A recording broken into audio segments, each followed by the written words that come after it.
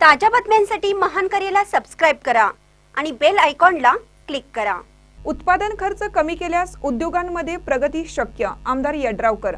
Parvati industrial इस्टेटची वार्षिक सभा उत्साहात। उद्योगात प्रगती साधायची असेल तर उत्पादन खर्च कमी करणे आवश्यक आहे। दिवसेंदिवस वाढणाऱ्या विजेच्या खर्चामुळे उद्योगांवर मोठे ओझे येत आहे। यावर मात करण्यासाठी प्रत्येक उद्योगाने सोलर सिस्टमचा वापर केला पाहिजे। तसेच कमी खर्चात जास्त उत्पादन कसे घेता येईल याकडे लक्ष केंद्रित केलं तरच उद्योगांना स्पर्धेत टिकून राहणे शक्य आहे, असे प्रतिपादन माजी राज्यमंत्री आमदार डॉक्टर राजेंद्र पाटील यड्रावकर यांनी केलं।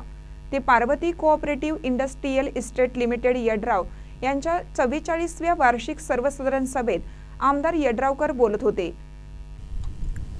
आमदार यड्रावकर पुढे म्हणाले, पार्वती इंडस्ट्रियल इस्टेटच्या जागेवर इचलकरंजी शहराचा मैलखड्डा होणार होता, मात्र सहकार नेते शामराव अण्णा पाटील यांनी ही जागा उद्योगधंद्यासाठी वापरून पार्वती इंडस्ट्रियल इस्टेटची उभारणी केली।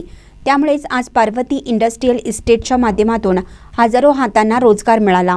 रोजगार निर्मितीबरोबरच येथील उद्योगांनी सातत्याने प्रगती साधली आहे।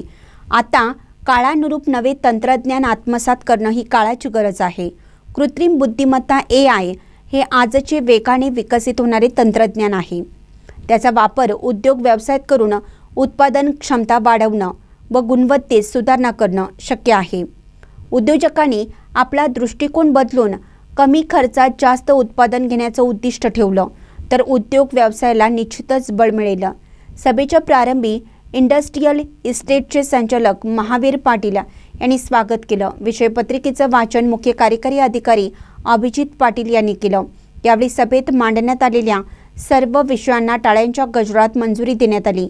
सभेला शरद इन्स्टिट्यूट ऑफ टेक्नॉलॉजीचे एक्झिक्युटिव्ह डायरेक्टर अनिल बागणे, शरद देसाई, शिवकुमार पाटील, सरपंच कुणाल सिंह नाईक निंबाळकर, संचालक ताजुद्दीन तहसीलदार, माजी नगराध्यक्ष संजय पाटील यड्रावकर, किरण बरकाले, अजय पाटील यड्रावकर, चंद्रकांत कांबळे, राहुल बंडकर, रत्नमाला कांती, सुवर्णा पाटील, संजय बिडवला, जैनुल बागवान यांच्यासह मोठ्या संख्येने